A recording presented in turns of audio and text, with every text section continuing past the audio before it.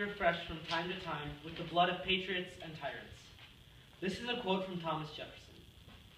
This may as well sum up the Revolutionary War. The American patriots gave their own blood, as well as the blood of tyrants, to create this great nation we live in today. But the true fight had not begun. Americans fought for their freedom and liberty, only to turn around and enslave anyone else who was not white.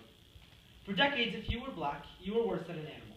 If you were Asian, you got thrown into tunnels and mines as TNT holders, only to explode into a burst of light so the white man could have his tracks for his trains, so the white man could have his food and luxuries on time. And if you survived, you may have gotten paid with the blood money that took your friends and family. But that's only if you were a worker. Most people believed they were workers, when in fact they were treated just as if they were slaves.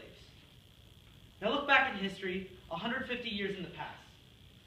This was the true struggle for liberty. Men and women of all races threw themselves into the fray of the Civil War, knowing if that they didn't win, they would remain the cattle in the American farm. They would remain the pigs, feeding the white man's need for power and dominance, for being the true race, the one race. But in the end, many thought racism lost, and all was good. But the hero, the liberator, the believer, President Lincoln, died. And with his death, all hope for a free America was lost into the shadowy abyss of racism. The next war, though, brought freedom. Now this war was not the war from freedom from the tyrant rule of King George III, but the tyrant rule of racism and injustice. Just like the last war, together, we remember the stories of pain and struggle of people who gave their own lives for us.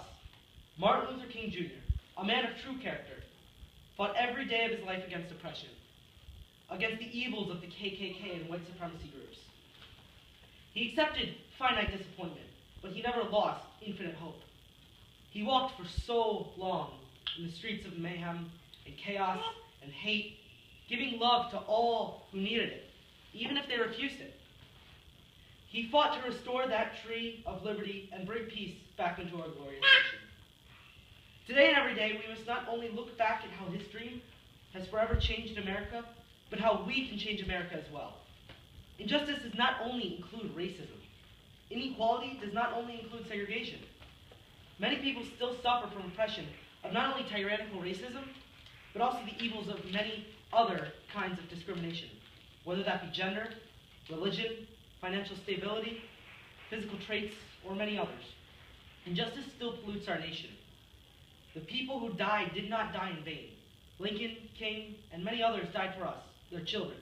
Let's make sure we carry out the remainder of their dreams, so one day we may all walk together as one.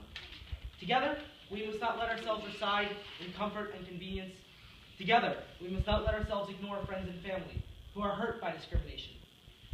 Today and tomorrow and every day till we breathe our last breath, these are the days that we will stand together, as not separate races, but as one race, humanity, as brothers and sisters, as a unified people.